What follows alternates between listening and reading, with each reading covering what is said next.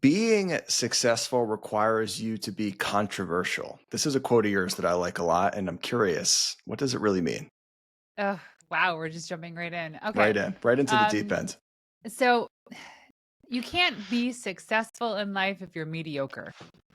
And if we're always just in our comfort zone, we're never going to be anything to anybody significant. And what I mean by that is that um, for you to actually pursue a life worth living with meaning in alignment with what we know we want is we got to do something that goes against either how we were raised, maybe religious belief, cultural beliefs, societal beliefs.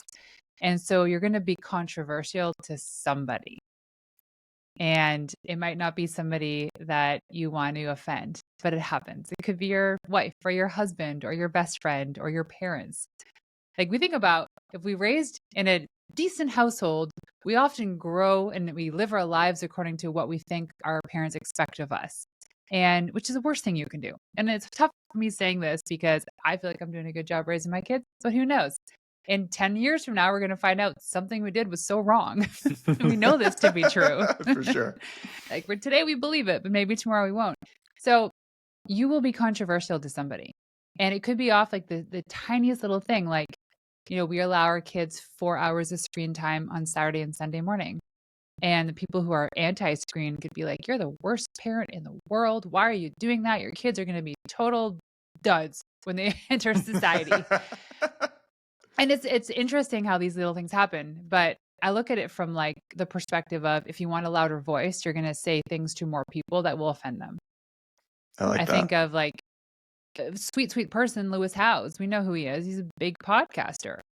And he's doing things and saying things that are going to offend somebody, and he's controversial. My husband, Dan, says things like this all the time. He doesn't care though. He's like, that's it. This is my mission, my purpose in life. So I'm going to just keep pursuing regardless of what people say or think. And I just noticed that we often won't do something. We won't follow a passion or purpose or even something that we're inquiring about because we know it's going to frustrate somebody or offend somebody. So we actually stop ourselves from doing it. But if we know that past that threshold, no matter what happens, we're going to be offending somebody, you may as well just do it anyway. It's a good, I think, mindset to just kind of instill from the beginning of your journey. Because if you are just making all these very generic statements that aren't offending anyone, then you're probably not really being authentic to yourself, right? Because if, That's if it. you are being authentic to your soul and to your real message, then there's no way around it. You're going to step on your toes. You can't make everybody happy in that case. So I think that there's a lot of truth to that. And all you've got to have is a hook and an opinion in this social media world, right? But you've got to have Yeah, that opinion. and it's okay to be wrong. You can admit it. I'm listening to Andy Frisella's podcast right now, and I can only take it in low doses because he's intense. And his latest episode was about him publicly apologizing for something that he said on a previous episode because he found out he was wrong. Someone pointed it out, and he's like, you know what? You're right. I was wrong. And so he went on and he addressed the fact that he was wrong about something. And I think that's a beautiful thing. It So is. You got to be okay with being wrong, and you've got to be okay with making those mistakes. And if you are going to be a thought leader within a niche, then you've got to have some opinions. You've got to yeah, say some things that are slightly controversial sometimes, or there's going to be no way that you're going to separate yourself from the that's pack. it. That's it. You'll just be doing the same thing like everyone else, protecting your reputation because you're so worried about upsetting somebody.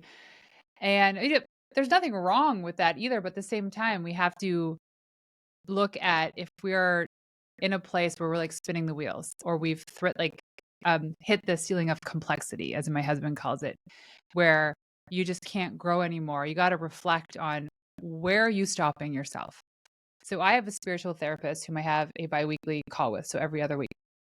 And today I was talking about resentment I have towards certain people in my life.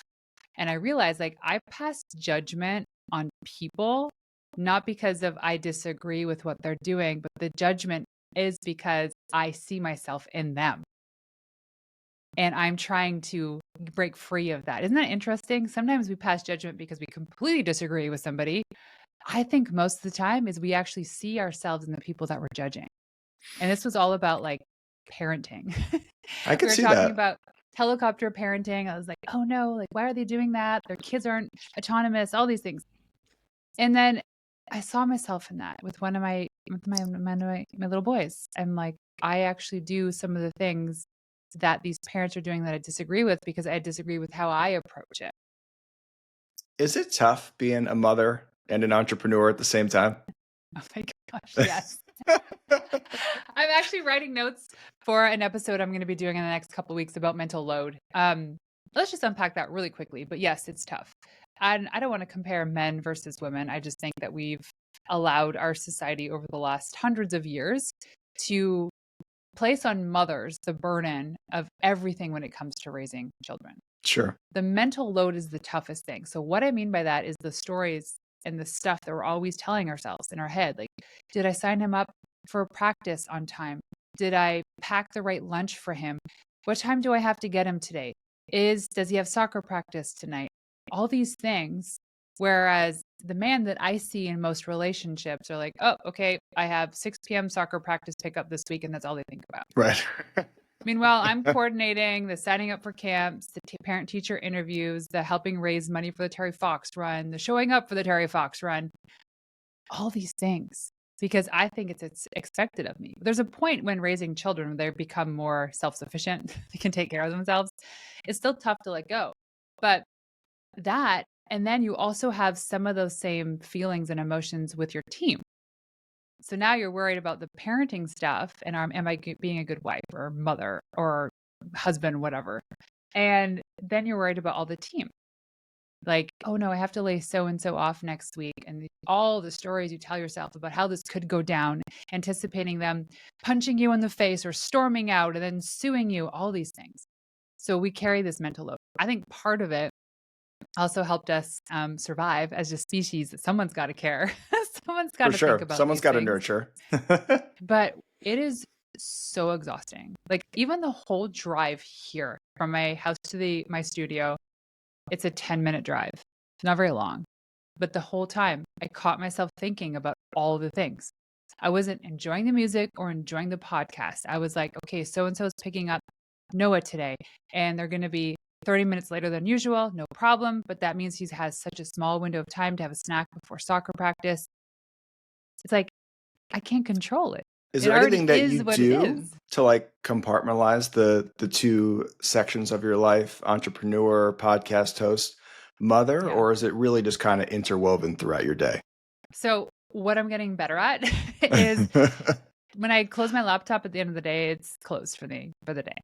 And I will not do much on the weekends work-wise. Why do I have to?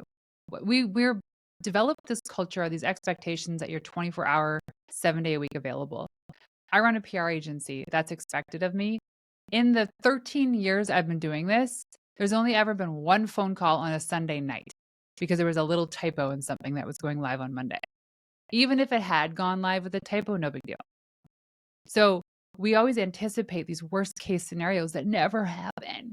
They Right. never happen. Right. And I think there's something to, shutting your computer at 5 or 6 o'clock and then doing your best to not work on the weekends that enables you to be more productive during your working time, right? Because Oh, you yeah. know that it's going to stop at some point. You've got to get done what you want to get done within these hours.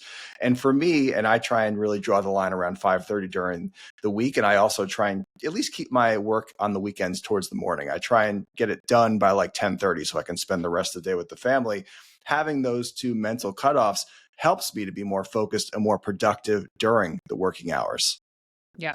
For me, it's breathing. So if I catch myself in this spiral Breathing is of good worrying, for sure. yeah, breathing helps. But really just intentional breathing in and out of the nose. That's it. I can't tell you how many times I catch myself holding my breath during the day. Just like, and then onto another task and reading an email, and I'm holding my breath. And then it doesn't do your body any good. But even if there's a moment where I feel overwhelmed by a situation, just leaving, going for a walk, Sure. listening to a podcast, it's so simple to reset.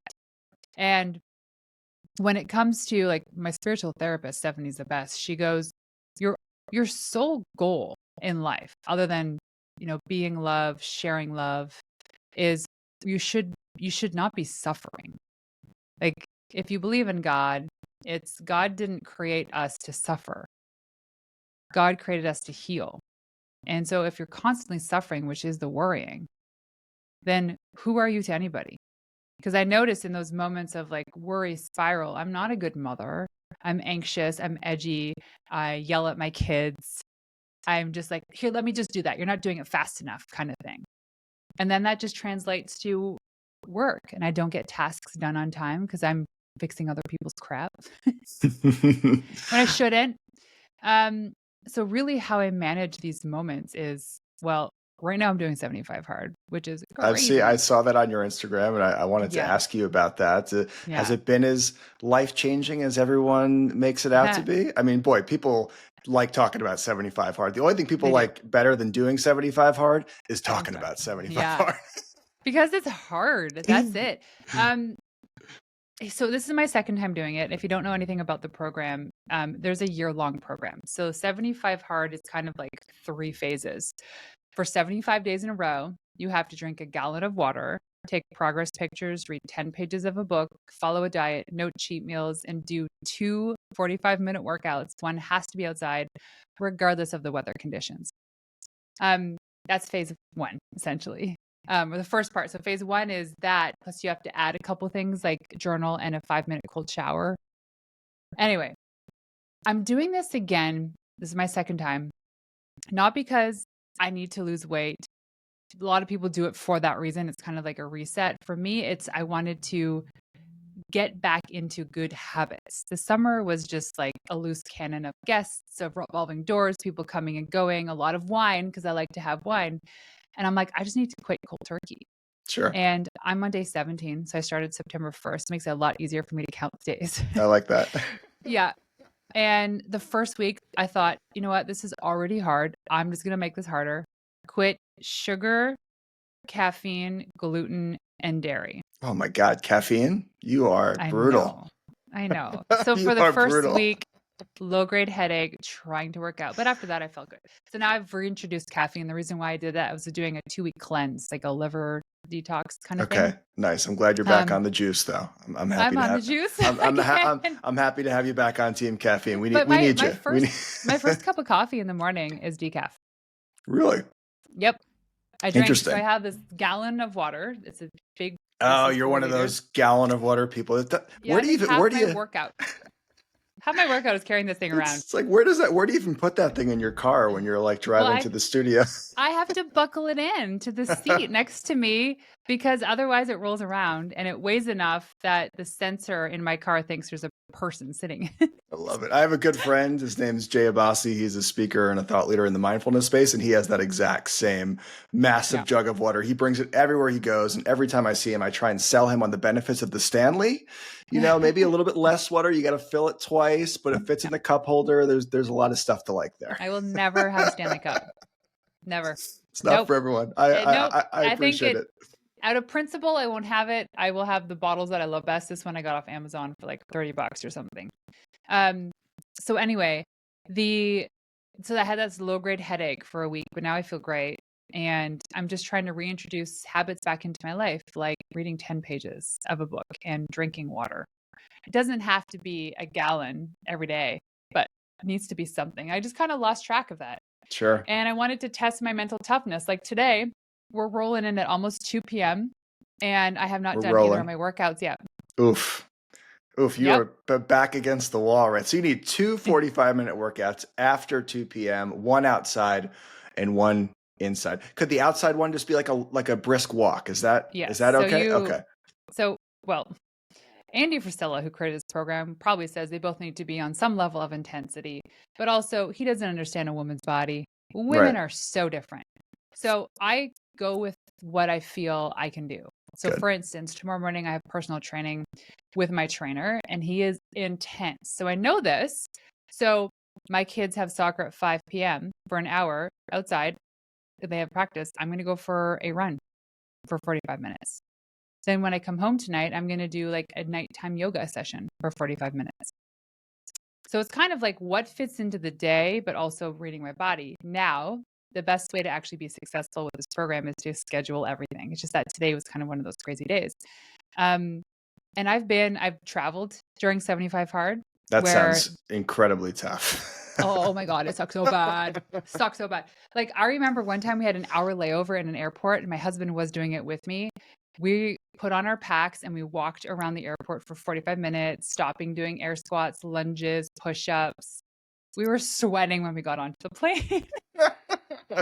I respect it, and I certainly it doesn't surprise me at all. I could definitely see you and Dan just walking around getting a very serious workout in the airport. Curious, you're both such driven, motivated people. Would you say one pushes the other more, or would you say, you're both just as equally, motivated as the other? I think he's definitely more disciplined than me. When it comes to motivating each other, 100% we both do, I think, the same job. It's just different. Like for him, he motivates me to actually push harder in business and my podcast and showing up to interviews like this. But for him, I push him to be more present, to be home for dinner, to be doing more family things. Otherwise, he would just get carried away. And so he pushes me up, I bring him down, but it's motivation in a different way.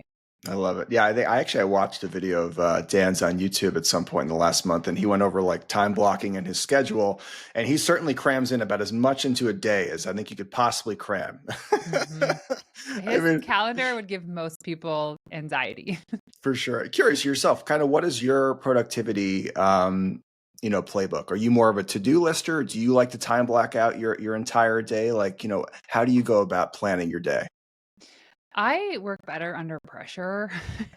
So basically when it comes to bigger projects, I like to outline the entire thing. Like what does it look like to get from A to Z? And then I do the things as I need them done almost in the last minute. I know. Okay.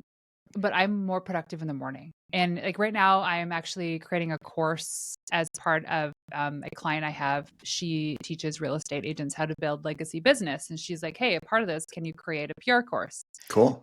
So I said, sure. Did not realize how complex this was.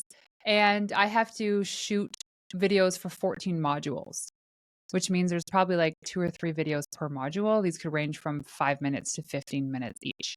That sounds that's a lot of work. I've shot a course and it's more work than anyone could imagine. Yes. So I just said, I actually scheduled the times to shoot 3 modules a day for like 5 days in a row. Sure. And are you someone that's pretty good at sticking to that plan once it's on your calendar?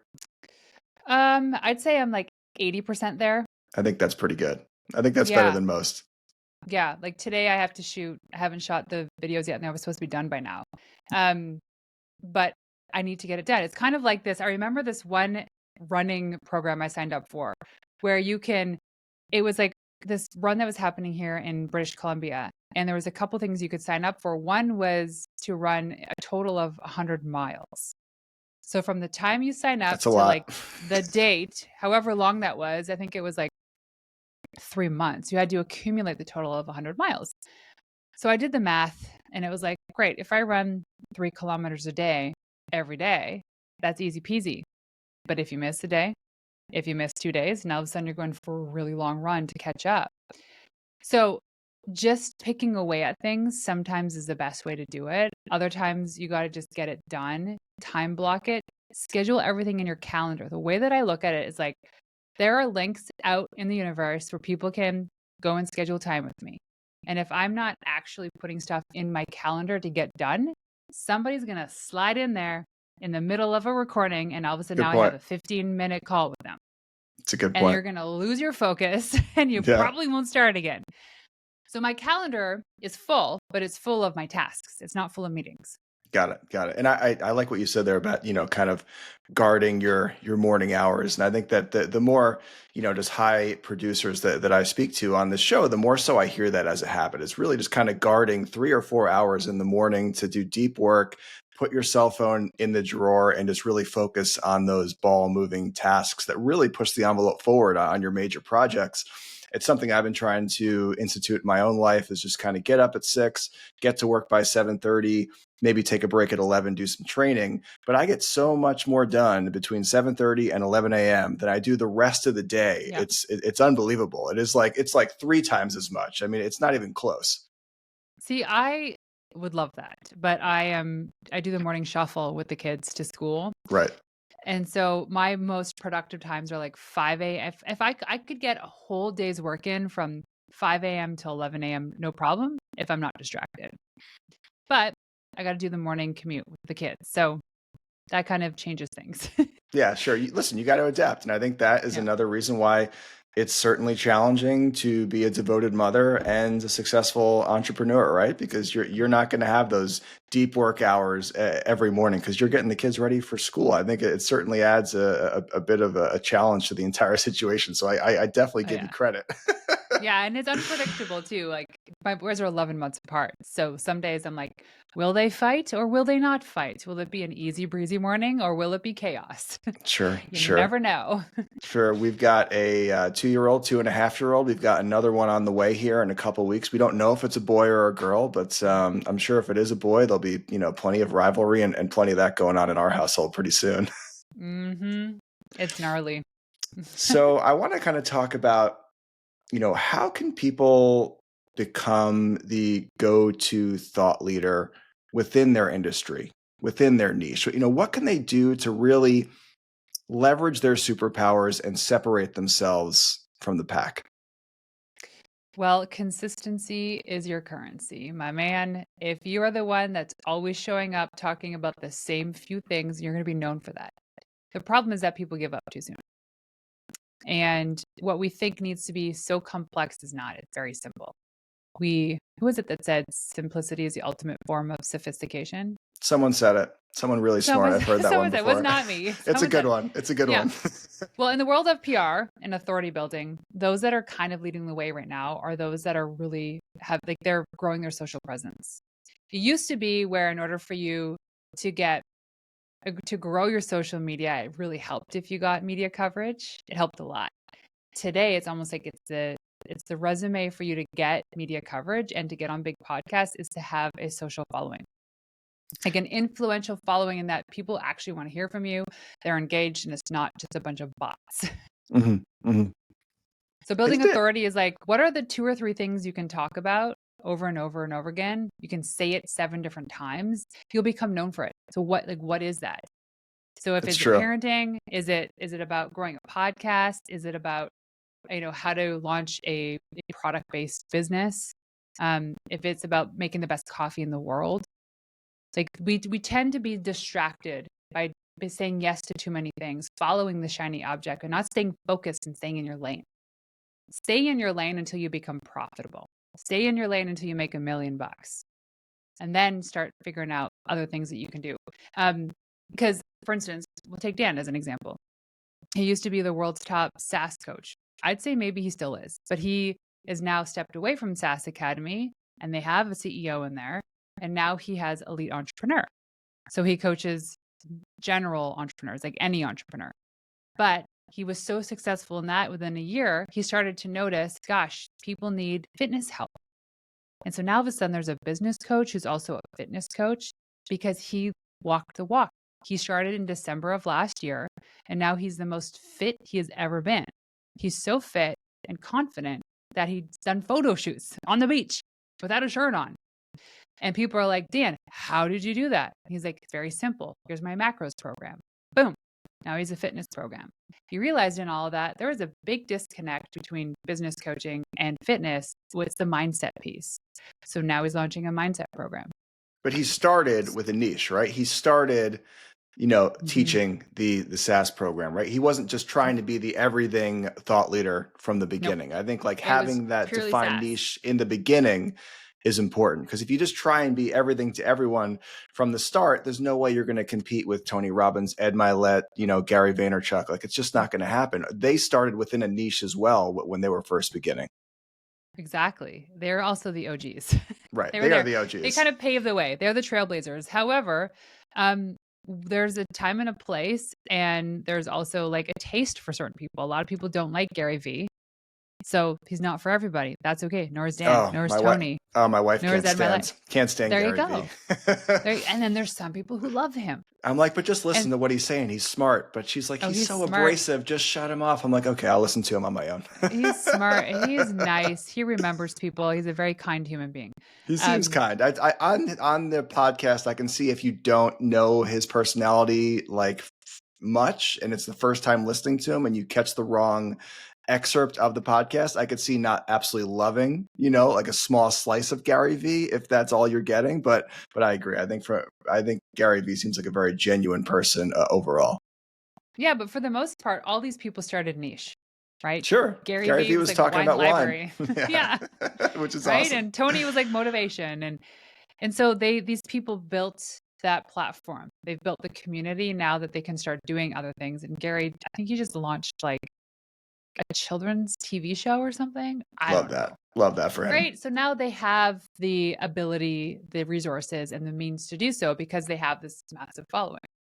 Sure. And kind of like you said, you don't have to have a million messages. Like Gary Vee and most of his content is saying pretty similar things. He's just saying it in different ways, right? So you don't have to necessarily be reinventing the wheel on your message every single day. Have your core message and then just find different ways to deliver that message.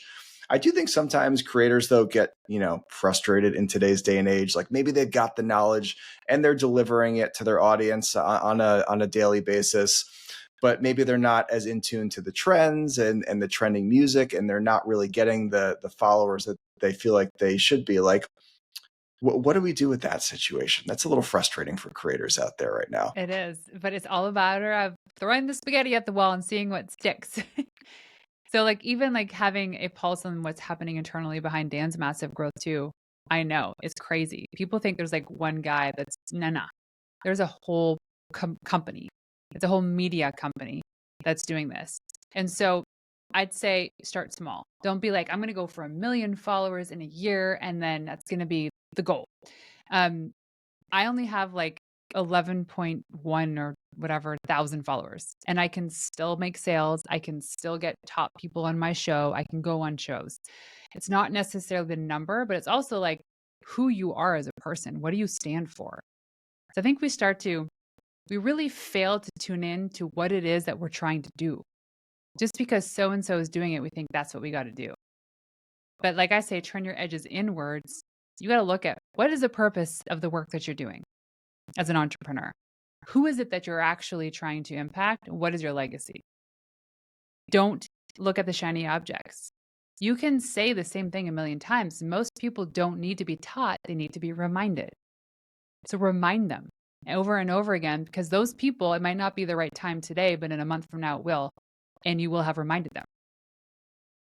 So let's talk about, let's say someone wants to get, one of these creators, one of these thought leaders wants to get published in Forbes within their niche. Let's say it's a mindfulness coach. How do they go about doing that? Well, I actually have free resources on my website that they can download. Get in there, email guys. Templates on how to pitch. If you go to wewildwomen.com, free resources there.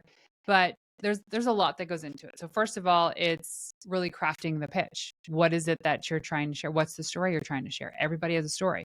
Most of us don't do the work to figure it out. You got to pull it up from the depths of your core. What is it that you're trying to achieve? What have you achieved? If you've done something notable and remarkable, it's a heck of a lot easier to get media attention. For sure. Just by existing, you don't. Sorry. In order to get news coverage, you need to be newsworthy. So make sure you're doing something pretty cool. Then you craft the pitch. And you go and you online, say it's Forbes. You got to find somebody who's already written about this topic, and especially within the last 6 months. Those people are easy to find. Okay. And once we find that person? Yeah, I would engage with them, follow them on Twitter, X, Instagram, wherever they're active. Get a sense of the stuff that they're doing, share their content. Don't start with a massive media list. Start with a handful of people that you really want to engage with. And then when you craft the pitch, it needs to be short, 180 words or less. Link to your website and your active social media account. The subject line is the most important thing. You write that after. Honestly, if you use Claude or ChatGPT, use the prompts to be like, hey, I need to pitch this person at Forbes. Here's what I'm pitching them. can you write me a 180-word pitch with these 3 bullet points? And when you're done, suggest 5 subject lines I could use for this email. You take that, you play around with it, you massage it until it's something you would want to open if they pitched you. Very cool. Very, very cool. And how much follow-up does something like that usually take? Is it like a 2, 3, 4 email process, would you say? Or usually it's it one depends and who you done? talk to. Yeah. So I know of a couple journalists who are like, don't follow up with me ever. Please don't. If the email has been sent and received, I got it. Then there's some people that are like, follow up 1,000,000 times because I get so many emails. I need to be reminded. Okay. So it's really case by case. But on a general rule, I'd say for most like media, for Forbes, for instance, I'd follow up once with that angle. And then if they don't open it or nothing really works, you can pitch them again in a month or so with something different. Got it. Cool. Yeah. Very But cool. podcasting's different. So podcasting is a different game. You pitch once, follow up 2 weeks later, and then you follow up a month from that last follow up. Yeah, I'd say that's about our cadence. That's pretty much what we do on the show here. Is somewhere in there. Maybe not quite that cadence, but certainly very close. I think that's a good way to go about it. Curious with your podcast pitches, are those all via email? Do you throw some DMs in there, phone calls, or what is the means of communication? Yeah. So for me, the pitching going outward. So if you're a podcast host like me, like yourself, all my pitches for me is through DMs to other people. Interesting. I follow them, engage with them. I'm like, hey, I want you on my show. I receive a ton of pitches, and we get so many, we have to refer to an application form that we review once a month. Unless the person comes through and it's like Marie Forleo, Right? or Sure. Amy Porterfield, we're like 100% yes. Right. But for the most part, and let me tell you, oh my God, there are so many terrible pitches that are coming from other PR agencies. Give me an example of a terrible pitch. It's way too long. Okay. It's a cluster. Can I swear on this show? Yeah, definitely. Absolutely. Go for it. Fuck of information. I'm not here to read a book. They don't link to anything. They don't link to a website or a social profile. Now I have to go doing the digging. Who is this person? Right.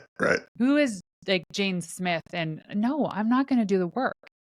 The journalist and the podcast host aren't going to do the work.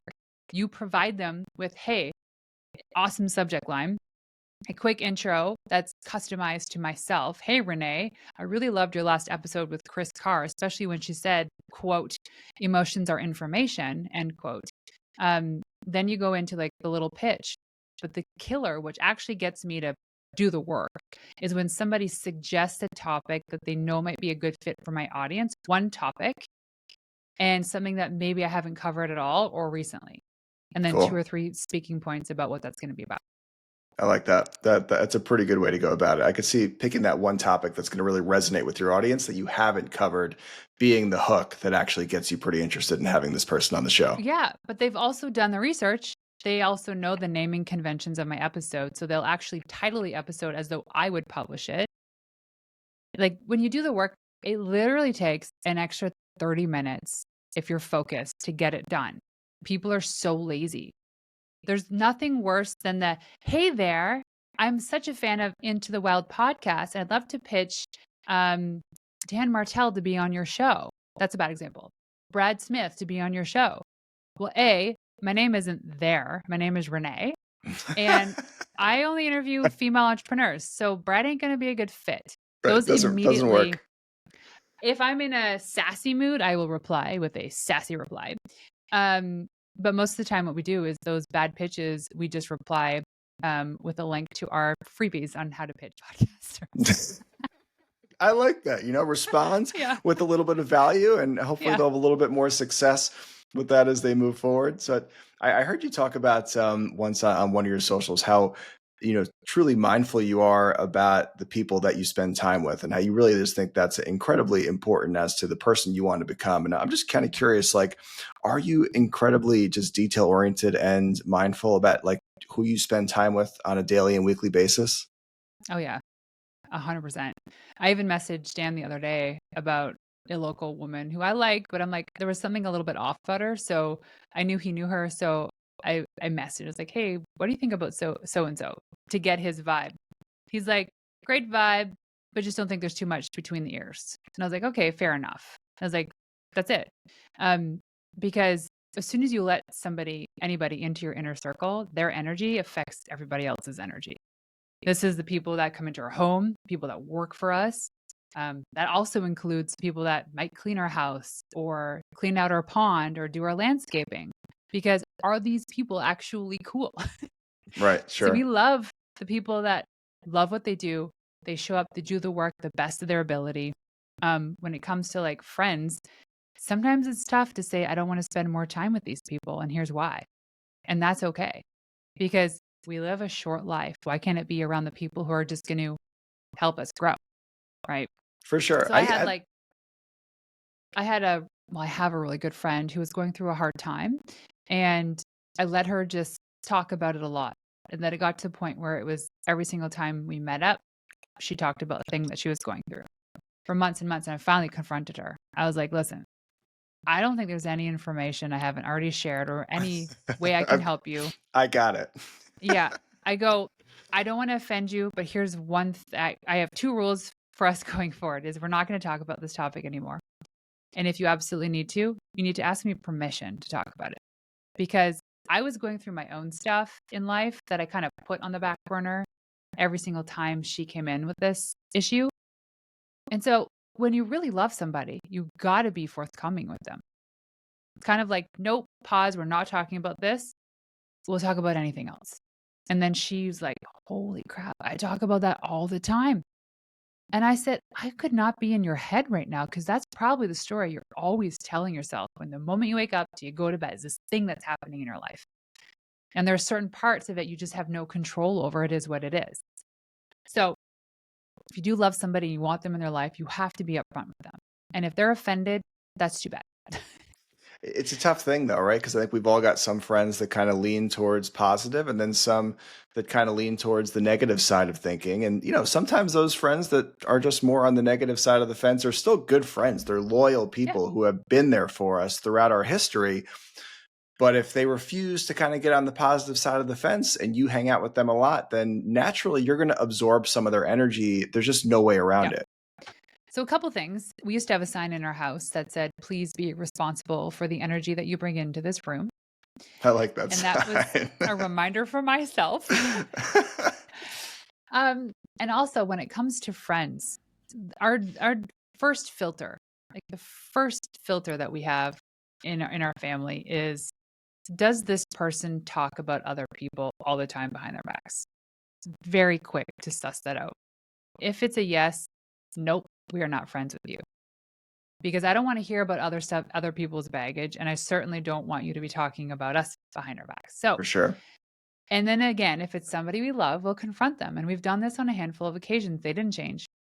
And guess what? Everyone else knew them as the person that talked behind their back. So you just don't tell them any cool, secretive information. They're not in our lives. And that's okay. And this could be family too. Luckily, my family doesn't talk crap about people. Right. I mean, it is true that the friends that are in your life that you literally have never heard talk bad about someone are the friends that you're naturally going to share things with. I mean, that And is they're just fun and they're hopeful and inspiring. And like, let's talk about events or ideas or like what challenge maybe we've overcome. Let's share information. But the last thing is to talk about people. Like I just can't be with people that all they do is talk about somebody else. There's no place for them in my life. anytime I've ever done that and fallen into that trap, and certainly I have, talking bad about someone behind their back, it was always based in my own pain, in my own insecurity, and rarely did it really have much to do with them. It was usually about something inside of myself that was hurting, and I was kind of like, this 100%. was my outlet. Yeah, and I think that if you genuinely appreciate and respect the person, you can say, listen, like, and it's happened for us is we've been distant lately because you've constantly talk about people behind their backs and I don't appreciate that. And they could be like, oh, screw you. It's like, sorry. You can go change yourself. It's a good policy, I think, to certainly keep your distance from people like that. So a question on the show that I like to ask people, people that are doing a lot of things, big things with their lives. I'm always curious, do you ever wake up and just kind of feel resistance to the work that's on your plate that day. Like you don't want to do all the things, prep for the podcast, film the modules. You just want to go for a walk or watch some Netflix. Do you ever feel any resistance to work? Oh yeah. Yeah. A And lot. and because I'll be honest with you, I asked that question to some people. Some people don't feel it. They just don't. Like some people are just hardwired for hard work in a way where it's almost like that question makes them go cross-eyed. They're like, what? That doesn't make sense. I certainly feel that resistance. What do you do when those moments of resistance come up? Is it a mantra? Do you lean on your why, your values? Like, how do you push through that resistance and continue taking action towards your goals? Immediately think of the people that are relying on me to get this done, because it's not about me. So like this course that I have to record. I was going to say videotape. I just aged myself. This course that I have to record. 12 set VHS box set. Let's go. You should see my setup. It's crazy. It's gonna be 2 a.m. infomercial. They're gonna be selling for $15.99. And the editing is actually cutting the tape and taping it back together. It's like, no, but my client Amy is relying on me because her customers are relying on this being delivered. So it's not about me. And the moment you take your ego out of it, it changes everything. Even like showing up for that stupid workout. Like you're like, ugh, don't want to do this. This sucks. You know what? Just do it. It doesn't have to be perfect, because look who's watching. Your kids are watching. For sure. Your wife or your husband's watching. Your teams. People are watching. And if you can do and go through the motions in a day to inspire other people, then you can get through those moments. Like after we're done recording, I got to go record those 3 modules. I'm going to get it done. I'm going to do it. You're going to do it because you're thinking of the people those modules are ultimately going to benefit. Help. That's what is going to push you through it. I had the definition of an imperfect workout today. It was right after lunch on my calendar. I told myself I was going to go work out and I just didn't want to do it. And you ever have one of those moments where like you're not going to do something, but then you just get like a burst of like energy. You're like, okay, if I do it right now, I'll do it. So I got off the couch and I just walked across the street to the gym, and I literally worked out in my work shirt and my Banana Republic chinos, because I knew if I went up to my bedroom to like change into workout gear, I might change my mind. So I'm in the gym like doing like diamond push-ups and like Banana Republic chinos. I looked like a total psychopath. But I love that. I had a guy at my CrossFit gym. He was actually the uncle of the owner. He showed up to do a workout, and this was at the end of a work day, and he forgot his running shoes. So he had his like work loafer shoes on. Like he's like a suit and tie kind of guy. I love it. So he had these shiny like work shoes on, and he was doing box jumps and like dress shoes. Oof. And I was like, we're all laughing because it looked ridiculous, but he's like, gotta get it done. I mean, I respect it. I think I might have switched to an upper body day and maybe just push lower body to the next day if it was me, but I totally respect it. Renee, thank you for being with us today. This was awesome. You know, where can everyone keep up with what you got going on these days? Oh gosh. Yeah. They can go to Renee_Warren on Instagram, or ReneeWarren.com. I love it. There it is, guys. Everyone out there, thank you for being with us. This has been Persistence Playbook, and this is your weekly reminder that you will feel resistance to the work that you should be doing this week. And in those moments, lean into your why. Think about the people that you're going to be helping and take action anyway. We'll see you next week, guys.